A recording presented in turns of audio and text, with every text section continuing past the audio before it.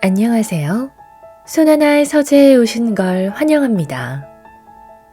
우리는 아침에 일어난 후부터 잘 때까지 스마트폰과 한 몸이 되어 하루를 살아갑니다.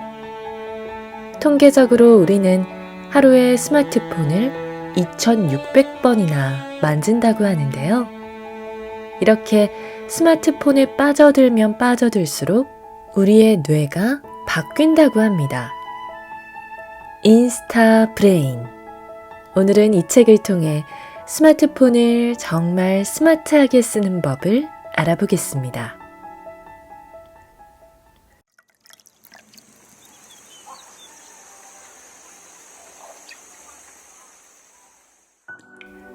우리의 시간을 훔쳐가는 강력한 용의자.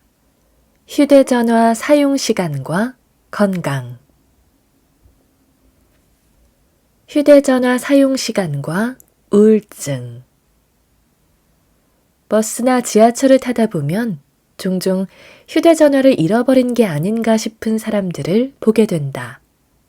그 사람은 강렬한 불안에 사로잡혀 가방과 주머니 안을 뒤적인다. 마치 삶이 위기에 봉착했다는 듯이 말이다. 그리고 마침내 휴대전화를 찾았을 때 안도감이 파도처럼 밀려오면서 패닉 상태에서 벗어나는 게 확연히 보인다. 몇십만 원이나 하는 물건을 잃어버렸을지도 모른다는 불안감은 당연히 스트레스를 받을 만한 상황이다. 그러나 불안이 엄습해온 것은 단순히 돈 때문만은 아닐 것이다.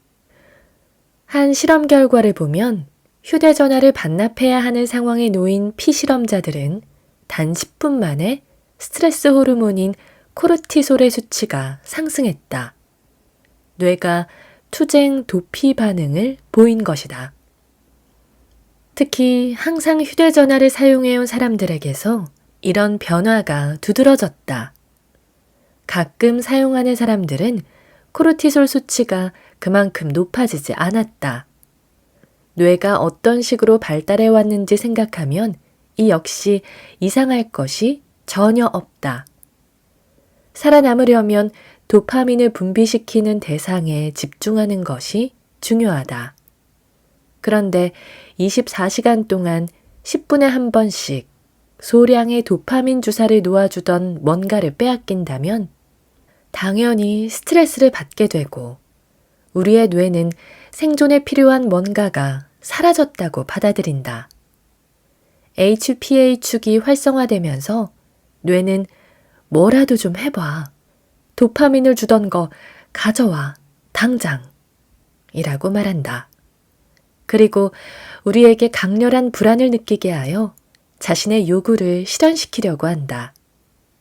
그런데 우리는 휴대전화와 떨어지게 될 때도 스트레스를 받지만 가까이 있을 때도 스트레스를 받는 것 같다. 20대 약 4,000명을 대상으로 휴대전화 사용 습관을 조사한 이후 1년 동안 이들을 추적 관찰했다. 실험 결과에 따르면 휴대전화를 특히 더 빈번하게 사용한 사람들이 문제를 겪거나 스트레스를 받는 것으로 나타났다. 게다가 우울증 증상을 보이는 경우도 흔했다. 미국 심리학회에서도 3,500여 명을 대상으로 설문조사를 실시했는데 유사한 결과가 나왔다. 이 결과는 미국의 스트레스라는 이름으로 발표되었고 자주 휴대전화를 본 사람들이 더 많은 스트레스를 받는다는 사실을 보여주었다. 많은 사람들이 이따금 휴대전화를 내려놓는 게 현명하다고 여겼고 3명 중 2명은 이러한 디지털 디톡스가 자신의 기분에 좋은 영향을 미친다는데 동의했다. 그러나 디지털 디톡스를 실천한 사람은 30%도 채 안 되었다. 여러 건의 대규모 연구 결과를 종합해 본 결과 스트레스와 과도한 휴대전화 사용 간에는 실제로 연결고리가 있는 것으로 나타났다. 영향은 적거나 중간 크기 정도였지만 스트레스에 취약해진 경우에는 충분히 결정적인 영향을 미칠 수 있었다. 그렇다면 불안은 어떨까? 비슷할까? 그렇다. 10개의 연구 중 9개에서 과도한 휴대전화 사용과 불안 사이에 관련이 있었다. 스트레스와 불안은 이유는 다르지만 기본적으로 신체 내 동일한 시스템, 즉 HPA축이 활성화될 때 느끼는 감정이기 때문에 이상할 것은 없다. 스트레스는 위협이 되는 어떤 것에 대하여, 불안은 위협이 될 수도 있는 어떤 것에 대하여 느끼는 감정이다. 만약 휴대전화가 스트레스에 영향을 미친다면 불안에도 영향을 미칠 수 있고 실제로 그러하다. 피실험자에게 자신의 휴대전화를 다른 곳에 두도록 지시한 다음 이들의 걱정과 불안을 측정한 결과 휴대전화와 떨어져 있는 시간이 길어질수록 불안감이 커진 것으로 나타났다. 새로 실험을 진행할 때마다 30분 간격으로 불안감이 상승했다. 누가 가장 불안해했을 것 같은가? 당연히 휴대전화를 가장 많이 사용한 사람들이었다. 인류의 수면 시간이 줄어들고 있다. 휴대전화를 과도하게 사용하면 스트레스와 불안을 유발할 수 있는데 사실 가장 큰 영향을 받는 것은 바로 우리의 수면이다. 정신과 의사로서 환자들을 상담하면서 최근 몇 년 사이에 점점 더 많은 사람들이 수면의 질이 떨어졌다고 호소하고 있으며 환자 2명 중 1명은 수면제를 먹어야 할지 묻는다는 사실을 발견했다. 처음에 나를 찾아온 사람들은 대부분 슬럼프를 겪고 있다고 생각했다. 그러나 실제로는 그런 게 아니었다. 불면증으로 도움을 청하는 사람들이 폭발적으로 증가했으며 오늘날 스웨덴인 3명 중 1명은 수면 장애를 겪고 있다고 한다. 우리는 점점 잠자는 시간이 줄어들고 있다.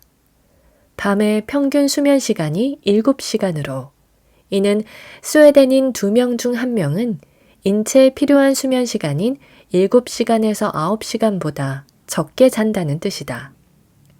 다른 나라에서도 비슷한 패턴이 관찰되고 있다. 사실은 지난 100년 동안 우리의 수면 시간이 1시간 단축되었다. 시간을 한참 거슬러 올라가면 수렵 채집인이었던 우리의 선조들은 적어도 우리보다는 많이 잔 것으로 추정된다. 여전히 우리 선조들과 같은 방식으로 살아가는 부족을 연구한 결과 잠드는 데 문제가 있는 비율은 1~2% 정도에 불과했다. 하지만 산업화된 세계에서는 30%가 수면 장애를 겪고 있다. 다시 말하면 현대 인류는 수면이 부족하다는 뜻이다. 자는 동안 우리 뇌는 움직이고 있다. 우리가 왜 잠을 자는지는 확실하지 않지만 자는 동안 신체와 뇌에서 일어나는 일련의 과정은 매우 중요하다. 24시간 중 3분의 1 가까이를 의식이 없는 상태로 보내는 것은 우리 선조들에게 상당한 위험이었을 것이다. 잡아먹힐 수 있다는 것 외에도 생존에 필요한 다른 일을 아무것도 할 수 없으니 말이다. 잠을 자는 동안에는 먹을거리를 찾을 수도 없고 말 그대로 자손을 낳을 수도 없다. 그렇다면 수면에 무엇이 그렇게 중요해서 자연은 우리에게 잠자고 싶은 욕구를 주었을까? 우리뿐 아니라 동물에게도 말이다. 수면은 에너지를 비축하기 위한 것은 아니다. 오히려 뇌 입장에서 보면 자는 동안에도 깨어있을 때만큼 많은 에너지를 사용한다. 그중 하나가 낮에 쌓인 조각난 단백질 형태의 노폐물을 청소하는 일이다. 하루 동안 꽤 많은 양이 쌓이기 때문에 뇌는 1년 동안 자기 무게에 맞먹는 쓰레기를 청소하게 된다. 무엇보다도 밤마다 청소하는 습관은 뇌가 제대로 기능하는데 매우 중요하다. 수면 부족이 장기화할수록 질병에 걸릴 가능성도 계속해서 커지는데 그 중에는 뇌졸중과 치매도 있다. 일반적으로 청소 시스템이 제대로 작동하지 못해서라고 보고 있다. 수면 부족은 또한 우리의 기능을 저하시킨다. 열흘 동안 밤에 6시간 이하로 자면 집중력이 떨어진다. 마치 24시간 내내 깨어있던 것과 비슷한 상태가 된다. 게다가 수면 부족은 정서적 안정에도 영향을 미친다.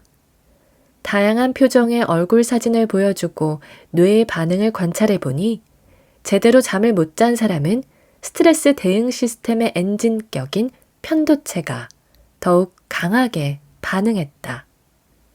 어쩌면 우리가 잠을 자는 가장 중요한 이유는 밤 동안에 단기 기억이 장기 기억으로 전환하기 때문인지도 모른다. 앞에서도 이야기했지만 이 과정을 강화라고 부르며 특히 깊이 잠든 사이에 이루어진다. 잠을 자는 동안 뇌는 낮에 벌어진 사건 중 무엇을 장기 기억으로 저장할지 선택하고 밤 사이에 잃어버린 기억을 되살려내기도 한다. 그래서 제대로 잠을 자지 못하면 이 과정이 원래대로 작동하지 못하고 결국 우리의 기억도 뒤죽박죽이 된다. 수면은 기억으로 저장하는데 무척 중요한 요소다. 다른 것으로는 대체 불가능할 정도다. 한 연구에서 학생들에게 미로 그림을 보여주고 외우게 했다. 암기 직후 한 그룹은 약 1시간가량 낮잠을 잤고 다른 그룹은 깨어 있었다. 5시간 후에 연구자는 미로에서 빠져나가는 길을 얼마나 잘 학습했는지 살펴보았다. 연구 결과에 따르면 잠시 수면을 취한 그룹이 깨어있던 그룹보다 미로를 더 잘 기억해냈다. 깨어있던 그룹은 미로를 기억하는데 5시간이나 시간 여유가 있었는데도 말이다. 결론적으로 숙련을 위해서는 연습만이 필요한 게 아니다. 연습과 충분한 수면을 결합해야 한다. 학교에 다니는 어린아이들이 점점 더 잠을 적게 잔다는 점을 생각해보면 이는 주목할 만한 사실이다. 스트레스가 수면을 방해하는 이유. 그런데 수면이 뇌를 청소하고 건강을 지켜주며 정서적 안정은 물론 기억과 학습에 그렇게 중요하다면 어째서 우리는 베개에 머리를 대는 순간 잠들지 못할까? 어쩌면 잠들어서 모든 감각 정보가 차단되는 상태를 위험으로 인식하기 때문일 수도 있다. 우리의 수렵 채집인 선조들은 사바나에서 잠들려고 누웠을 때 맞아 죽거나 잡아먹히지 않도록 안전한 곳을 찾는 게 중요했을 것이다. 따라서 주변 환경의 정보를 차례대로 차단하면서 단계적으로 잠에 빠져들게 된다. 이 탓에 대부분 스트레스를 받은 상태에서 누우면 잠들기가 더욱 어려워진다. 스트레스를 받으면 매우 위급한 상황에 처했을 때와 마찬가지로 뇌의 HPA축이 활성화되기 때문이다. 이때 뇌는 잠자리가 안전하지 않다고 판단하기 때문에 쉽게 잠들지 못하게 활성화된다. 저녁에 스트레스를 받아 잠을 잘 수 없는 것은 애초에 뇌가 진화해온 대로 행동하여 당신을 깨어있는 상태로 유지시키기 때문이다. 휴대전화의 블루라이트와 수면 시간.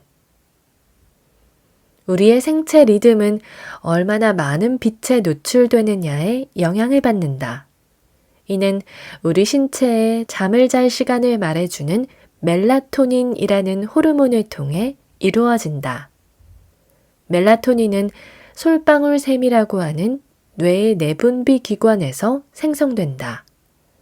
낮에는 멜라토닌 수준이 낮지만 저녁에는 상승하기 시작하고 밤 동안에 최고조에 달한다.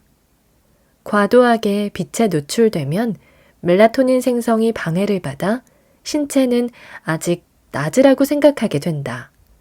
따라서 침실에 빛이 너무 많으면 잠을 제대로 잘 수가 없다.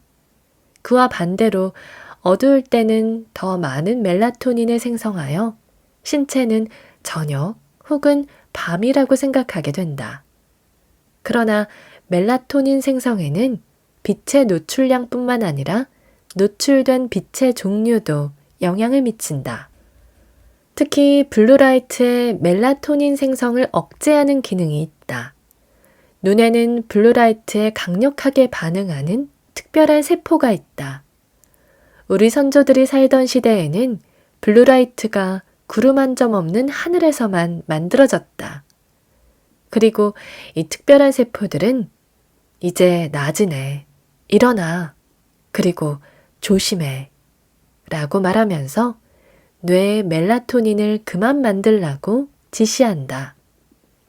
블루라이트는 우리 선조들이 낮에 활동할 수 있게 도와주었고 이는 지금 우리에게도 마찬가지다. 그래서 잠들기 전에 휴대전화나 태블릿을 사용하면 블루라이트가 뇌를 깨워서 멜라토닌 수준을 억제할 뿐만 아니라 2-3시간 동안 영향을 미친다. 블루라이트가 생체시계를 2-3시간 되돌리는 셈이다. 약간 과장해서 말하면 스웨덴에서 그린란드나 서아프리카까지 가는 것과 맞먹는 시차증을 겪게 되는 셈이다. 게다가 휴대전화는 스트레스를 유발하고 스트레스는 수면을 방해한다. 그것만으로 부족한 것인지 앞서 이야기한 것처럼 앱, SNS, 도박의 형태로 된 온갖 도파민 때문에 뇌가 깨어나게 된다. 이렇듯 이론적으로 볼 때 잠잘 시간에 휴대전화를 사용하면 잠들기 더욱 어려워진다. 그러나 알다시피 이론과 현실이 항상 일치하지는 않는다. 그렇다면 휴대전화가 정말로 우리의 수면을 방해할까? 그렇다. 실제로 방해한다. 600여 명의 피실험자를 추정 연구한 결과 휴대전화를 비롯한 디스플레이에 많은 시간을 할애할수록 수면의 질은 더욱 나빠졌다.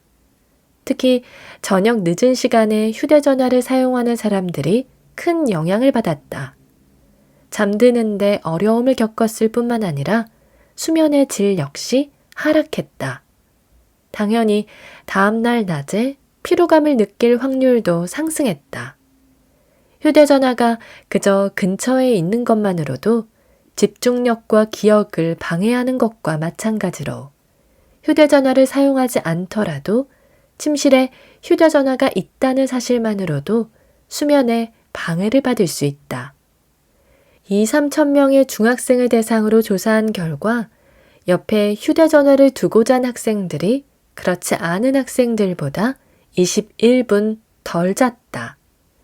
침실에 TV를 두는 것도 야간 수면 시간 감축에 일조할 수 있는데 TV보다도 휴대전화가 더 큰 영향을 미친다.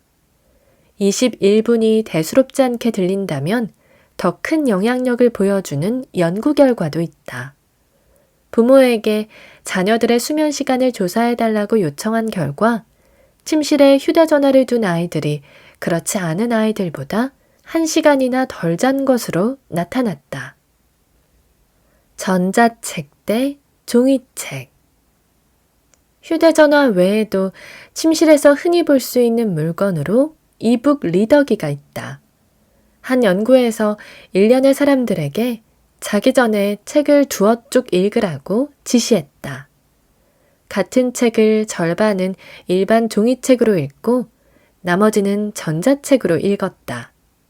결과는 어땠을까? 전자책을 읽은 사람들이 종이책을 읽은 사람들보다 10분 더 깨어 있었다. 똑같은 내용을 읽었는데도 말이다. 그런데 책을 읽을 때 종이책인지 전자책인지가 그렇게 중요할까? 우선 전자책은 멜라토닌 생성에 영향을 미친다. 멜라토닌이 현저하게 줄어들 뿐만 아니라 분비도 1시간 이상 늦춘다.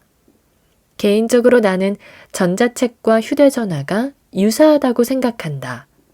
둘 다 새로운 정보와 아주 밀접한 관련이 있으며 뇌의 보상 시스템을 활성화시켜서 그저 쥐고 있는 것만으로도 우리를 깨운다.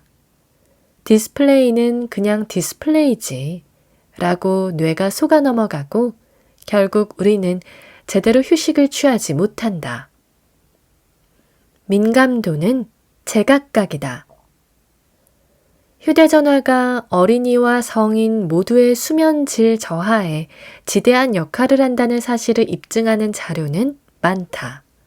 또한 스트레스와 디스플레이의 블루라이트에 대한 민감도는 사람마다 다를 수 있다. 어떤 사람들은 극심한 스트레스에 노출되고 잠자리에 들기 전까지 디스플레이에 둘러싸여 있었더라도 바로 잠들 수도 있다. 하지만 일부는 스트레스를 거의 받지 않는 일을 했더라도 누워서 뜬 눈으로 뒤척일 수도 있다. 자기 1시간 전에 휴대전화를 그저 바라보기만 해도 그럴 수 있다. 만약 수면 문제를 겪고 있다면 스트레스를 피하고 저녁 늦은 시간에 디스플레이를 보지 않도록 노력해야 한다. 세계 유수의 병원들은 휴대전화가 어떻게 뇌의 멜라토닌 생성에 영향을 미치는지 뿌리 깊이 파고들었다. 만약 침실에 꼭 휴대전화를 둬야 한다면 자기 전에 디스플레이의 조도를 낮추고 눈에서 최소 36cm 떨어진 거리에서 보라고 조언한다. 이렇게 하면 멜라토닌 생성에 크게 영향을 받지 않는다는 것이다. 정신과 의사인 내게 수면제를 처방해달라고 하는 젊은이들이 점점 증가하고 있다. 기본적으로 나는 바로 약을 처방하지 않고 대신 휴대전화를 침실 바깥에 두라고 조언한다. 더 나아가 일주일에 3번은 운동을 하라고 권고한다. 몸을 움직이는 행위는 더욱 빨리 잠들고 더욱 양질의 수면을 취할 수 있도록 도와준다. 수면제는 이런 것들을 시도해보고 난 뒤에 생각할 문제다. 디지털 세계를 여행하는 사람들을 위한 안전수칙. 기본적으로 해야 할 일. 휴대전화 사용 시간을 체크해보자. 휴대전화를 얼마나 자주 집어드는지, 얼마나 오래 사용하는지 알려주는 앱을 사용해보자. 이렇게 하면 휴대전화가 당신의 시간을 얼마나 많이 빼앗고 있는지 명백하게 볼 수 있다. 인식은 변화의 첫걸음이다. 자명종 시계와 손목 시계를 구입하자. 필요 없는 기능까지 휴대전화에 맡기지 말자. 하루에 1~2시간 정도 휴대전화를 끄자. 주변 사람들에게 매일 1~2시간씩 휴대전화를 사용하지 않기로 했다고 말하자. 그러면 당신이 대답을 안 한다고 짜증이나 화를 내는 메시지를 받지 않을 것이다. 모든 푸시 알림을 꺼라. 휴대전화를 흑백 톤으로 설정하자. 색채가 없는 디스플레이는 도파민 분비량을 줄이며 도파민 분비가 줄어들면 스크롤을 하려는 마음에도 영향을 미친다. 운전할 때에는 무음으로 바꾸자. 이렇게 하면 중요한 순간에 주의가 분산될 위험을 줄일 수 있다. 휴대전화 메시지나 통화가 가장 필요한 순간에 집중력을 앗아갈 수 있다. 메시지나 통화에 대답하지 않더라도 말이다. 직장에서 집중력이 필요한 일을 하고 있다면 옆에 휴대전화를 두지 말고 다른 곳에 두자.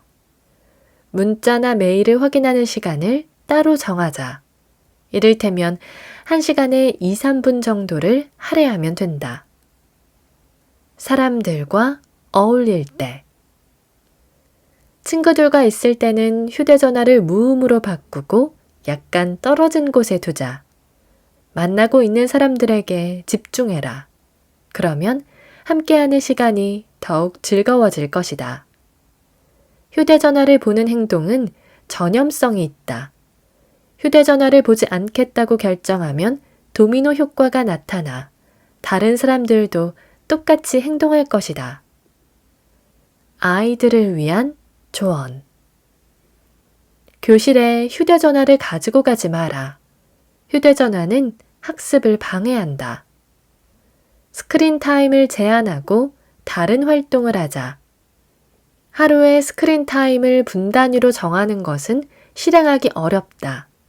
그러나 숫자가 꼭 필요하다면 성인이든 영유아든 자유시간에 휴대전화와 디스플레이를 사용하는 시간을 하루에 최대 2시간으로 제한해야 한다. 수면, 식사, 통금 및 통학 시간을 빼면 깨어있는 시간 중 7분의 1을 디스플레이 앞에서 보내는 셈이다. 8세 미만의 아동은 1시간이 적절하다. 그리고 다른 활동을 할 시간을 따로 정하는 게 좋다. 숙제, 신체 활동, 친구 만나기에 사용할 시간을 정해둬라. 좋은 선례를 보여주자.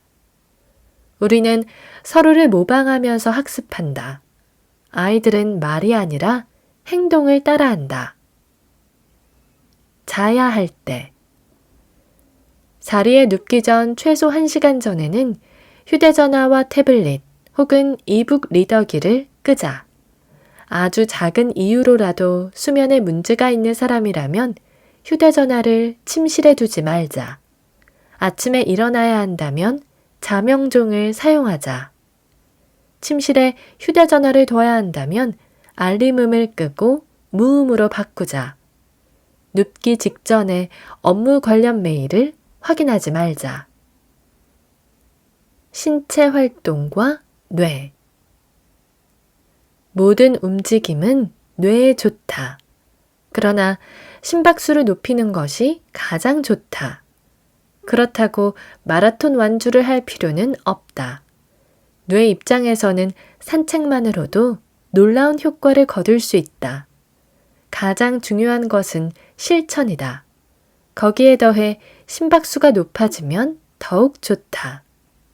신체 활동을 통해 최대한 스트레스 수준을 낮추고 집중력을 강화하고 싶다면 숨이 차고 땀이 나도록 일주일에 3번, 45분씩 몸을 움직여라. SNS. 적극적으로 소통하고 싶은 사람만 팔로우하자. SNS를 소통 도구로 여겨라. 다른 사람들의 피드에 적극적으로 댓글을 남기면 소속감과 강한 친밀감이 형성된다. 휴대전화에서 SNS를 제거하고 컴퓨터에서만 사용해라. 오늘 저와 함께한 시간 어떠셨나요? 편안한 시간이 되었길 바라며 또 들러주시길 기다리겠습니다. 그럼 잘 자요.